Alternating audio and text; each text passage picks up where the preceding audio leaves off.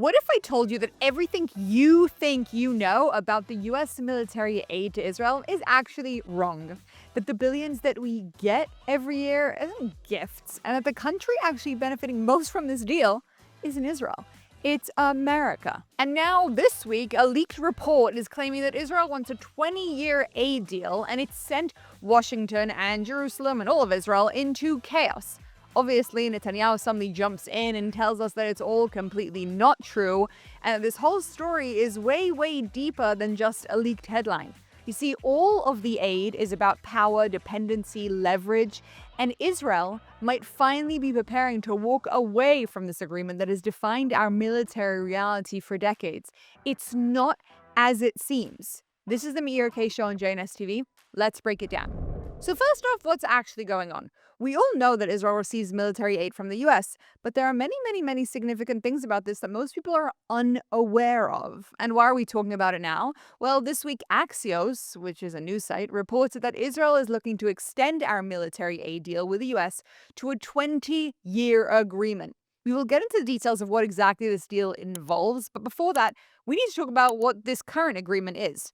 It was signed in 2016 by our favorite president, I'm British, I'm allowed to be sarcastic, Obama, for $38 billion over 10 years, meaning about $3.8 billion a year and an additional $500 million a year for our missile defense systems. You know, the Iron Dome, the thing that keeps us from being killed all the time. For the war, there was an emergency supplementary aid package of about $20 billion, but that was not part of the long-term deal that we have.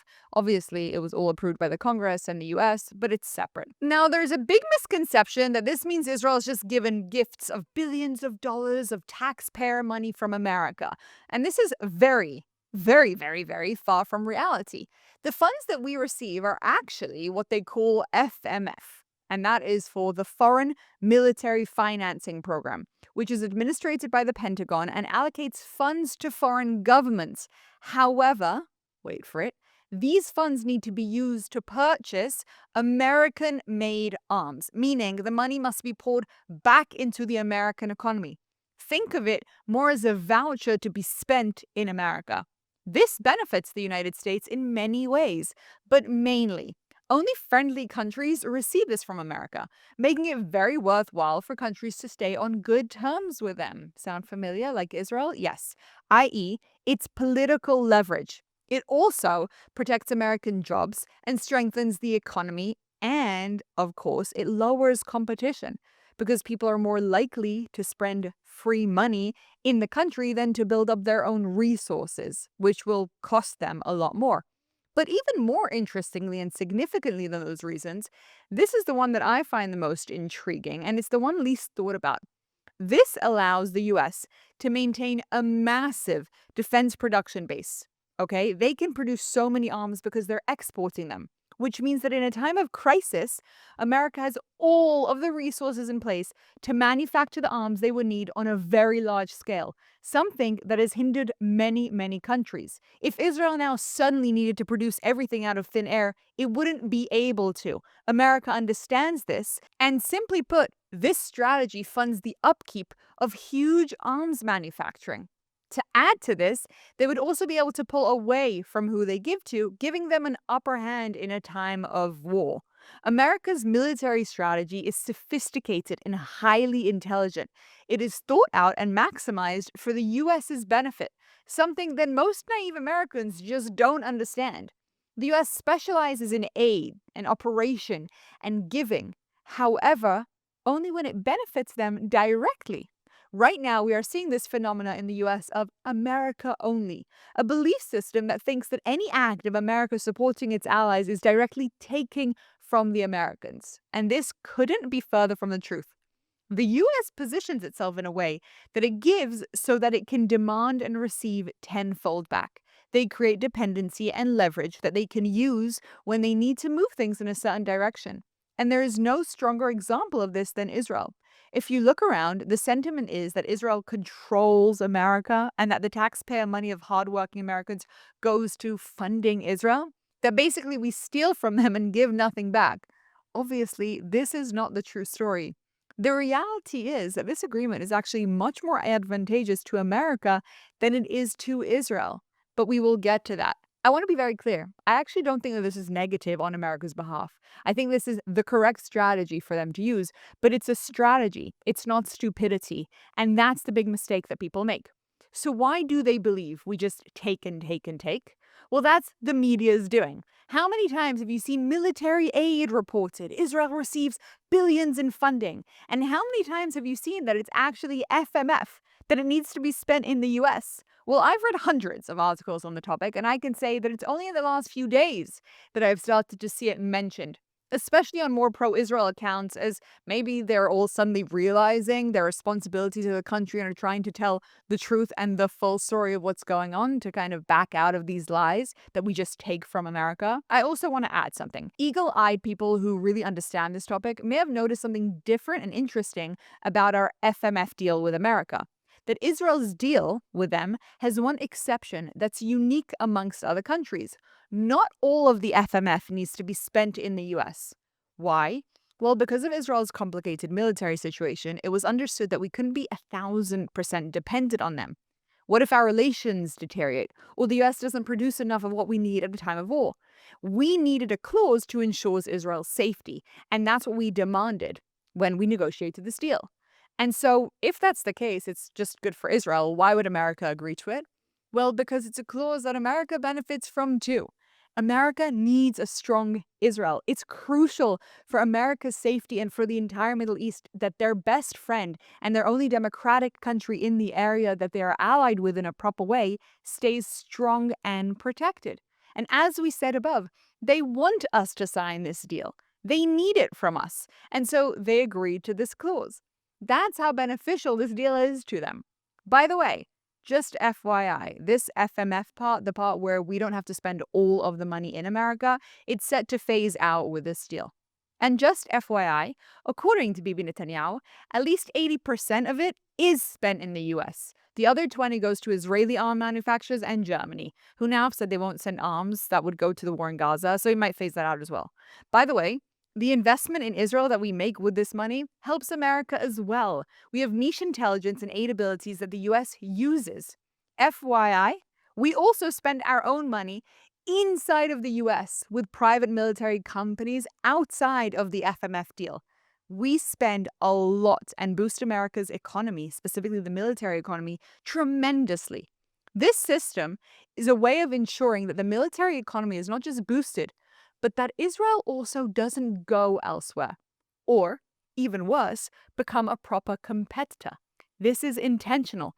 They don't want us competing, and they don't want us self-sufficient.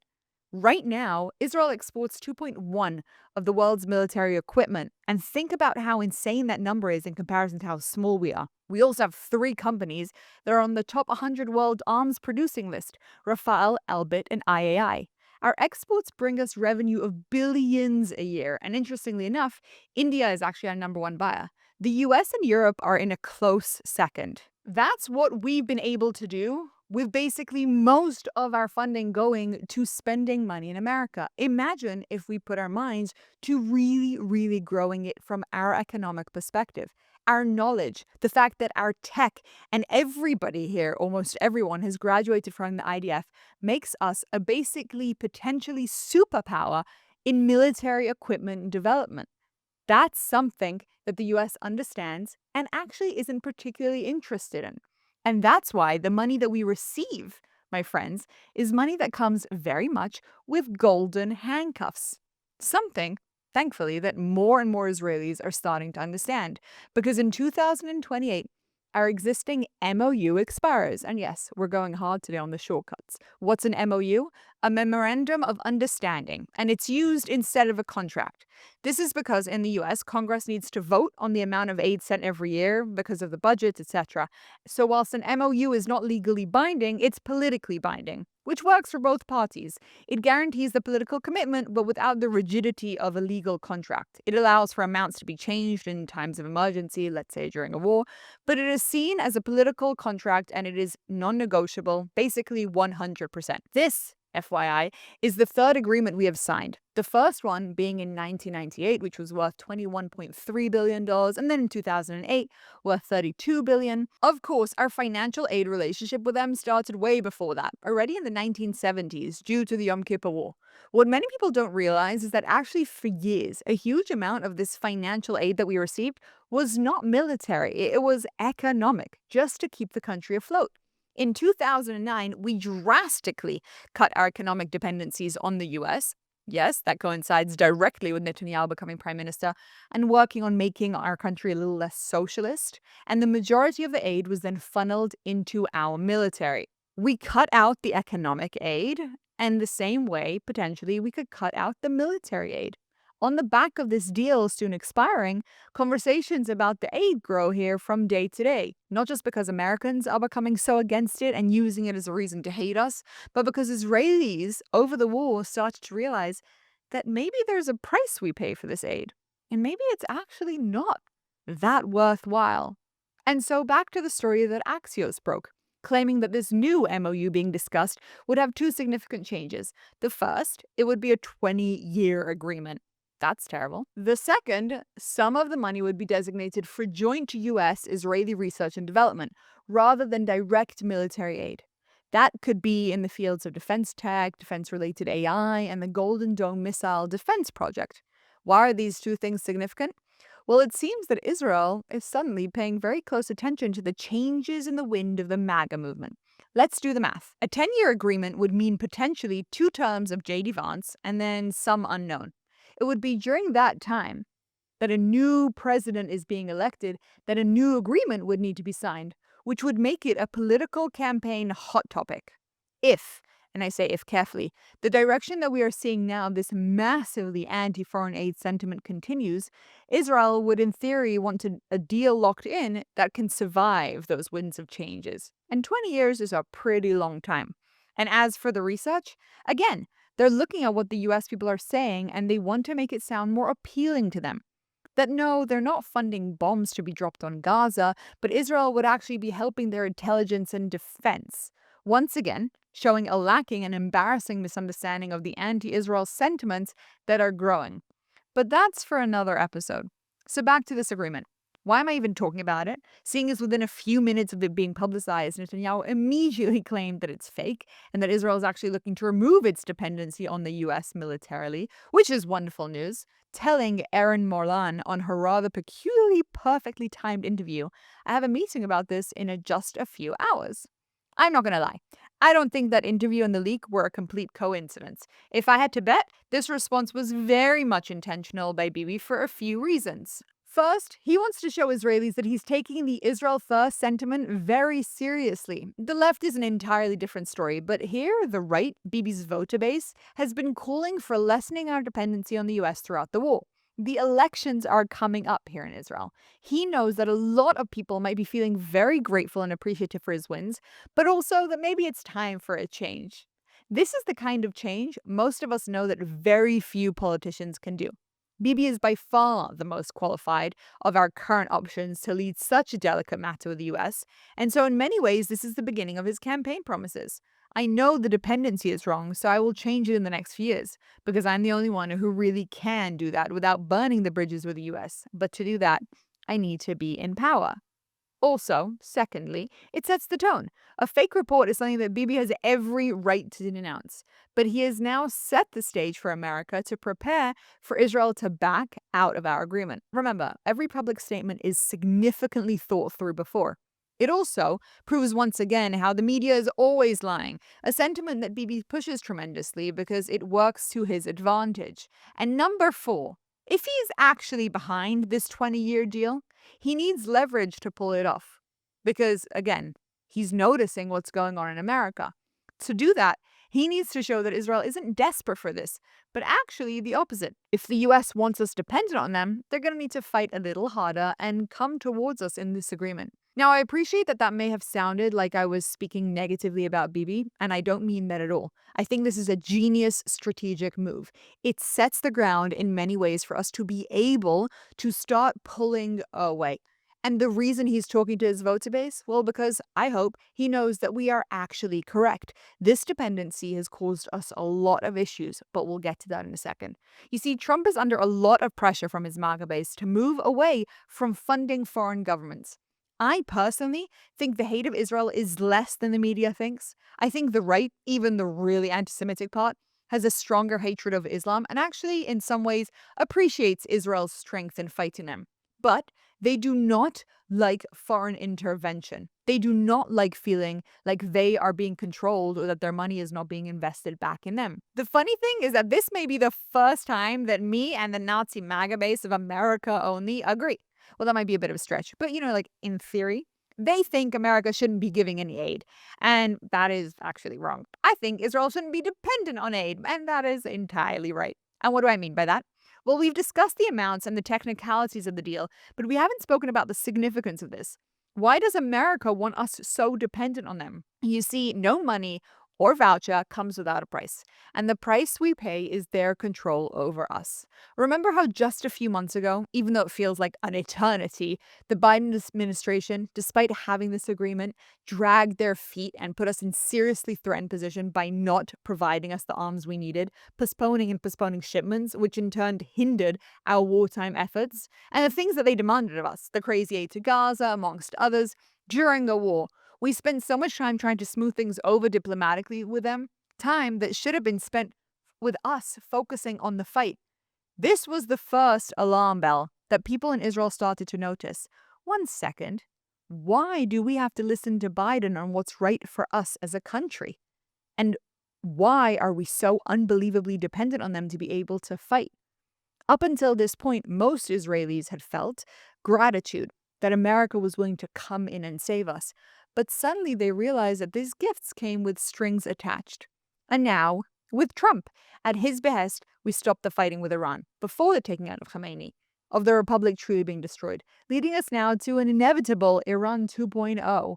Not to create fear, but that definitely has to come sometime soon.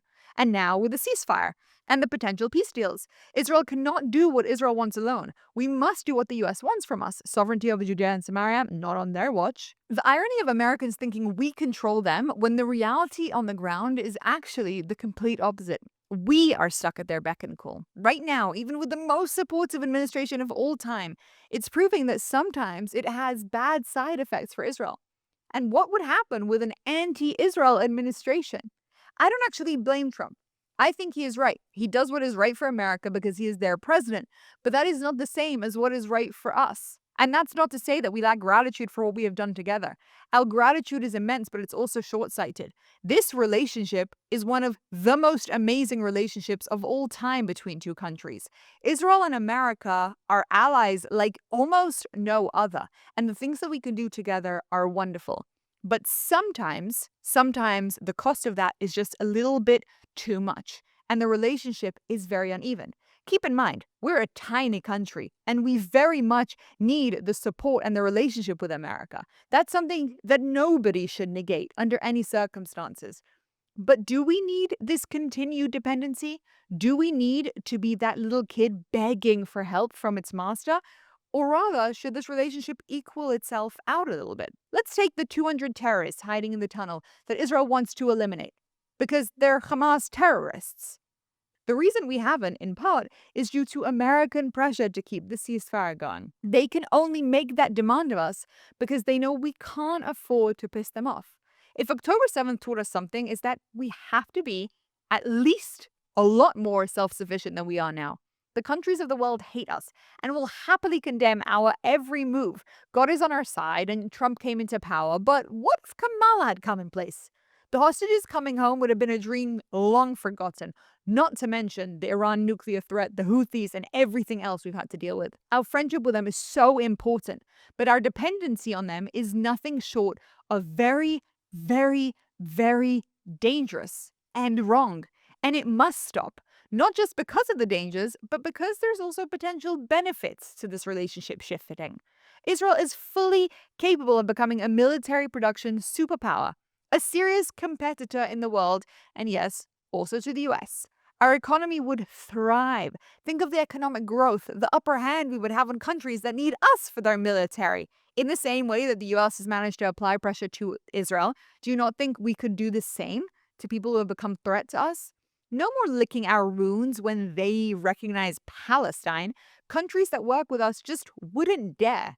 We would become a mini US in our own right, financially strong, with leverage, but most importantly, able to protect ourselves completely without international diplomatic considerations. Now, I just want to say, whilst this sounds utopian and amazing, navigating this is going to be incredibly complex.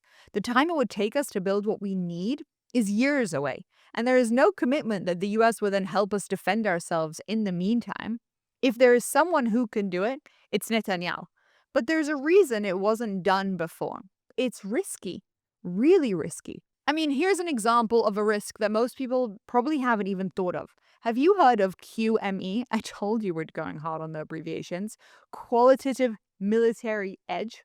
Well, in 2008, a law was passed that requires the US government to maintain Israel's ability to defeat any credible conventional military threat from any individual state or possible coalition of states or from non state actors. In easier, simpler words, basically, the US must ensure that any weapons it provides to other countries in the Middle East do not compromise Israel's QME.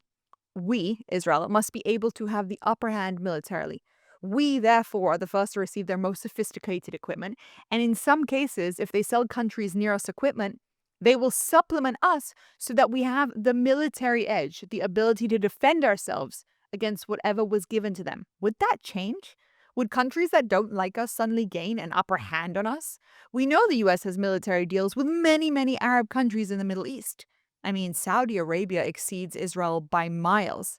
That's potentially a massive threat and very scary. Egypt gets a lot of aid, etc., etc., etc. And additionally, I mean, how would it look to the world if we backed away from our allies? What message would this send? Would it make us seem weak or easily attackable? This is just a small bit of the potential fallout. But also, we need to be able to stand on our own 2 feet. The price of not being independent means that we will not always be able to defend ourselves if it's not aligned with what the United States want. To be subject to countries deciding they don't like our reasons and pulling back their support is something that we can't afford anymore. And by the way, countries are watching, some actually positively. Greece is looking to buy billions of defense weapons from us as things with Turkey heat up, and as the US plans to build their Golden Dome, future of collaboration and not dependency might really be on the cards. Because I want to be very clear. That's what I'm advocating for. Not a cut from America in any sort of way, but rather a shift from this very unhealthy dynamic of dependency in which they just supplement things to us and into an even relationship. Yes, I know it's never going to be completely even because we are very small and they are an enormous superpower, but the things that we have and the skill sets that we are able to provide to America are of massive value. And with time, many countries often do this change. They move away from dependency and into relationship. It's not clear cut and it's not simple. Anyone who pretends otherwise is naive. But the process of this has to begin now. It cannot become another 20 years of this drawn out deal in which we continue to stay dependent on them. These negotiations are imperative. This could be the opportunity to move us towards a path of independence. Maybe we'll get to use the MAGA hate to our advantage. I'm not talking about 100% freeness from the US. After all, the relationship benefits both sides tremendously, and we don't want them as enemies. I have endless gratitude for what they have done for us and believe that this relationship is truly mutually beneficial. All I'm saying is that it's time to move this relationship from a codependency to a healthy friendship. And thank God, Israel is starting to wake up to that. This is just a small part of the massive and dramatic shifts that this country has seen in the wake of October 7th. We've come to understand that everything, really, that we had in place just actually doesn't work. And whilst, yes, we have the left here in Israel fighting for this thing, unbelievably celebrating our Trump relationship whilst booing Netanyahu and not seeing him as any part of it at all, The right has been a little bit more discerning, a little bit more aware. They have noticed the Gaza aid that we've been forced to send and how that's kept this war going way longer than it needs to. And they've noticed many other things. This is just a small example of the changes that we're starting to see here in Israel, the shifts that really, really were a long time coming. We made so many strategic mistakes. And now, with the next cycle of elections, with us moving into a reality that is post hostages and hopefully post the war, not that the war is exactly over yet, as we start to see how Gaza is rebuilt and what the future of Israel looks like, these kind of status quo things that we've all just come to accept, need to shift and change. The irony of this whole thing is that if you were to just read the regular media, you would think that the deals that we have are only beneficial to Israel. We just take from America. It's so unbelievable how much they manage to manipulate us into not actually seeing the truth. That this is not just a deal that's mutually beneficial to us, but it is actually much, much better for America. These are the kind of things that are not discussed with the uneducated in the media and definitely not on social media.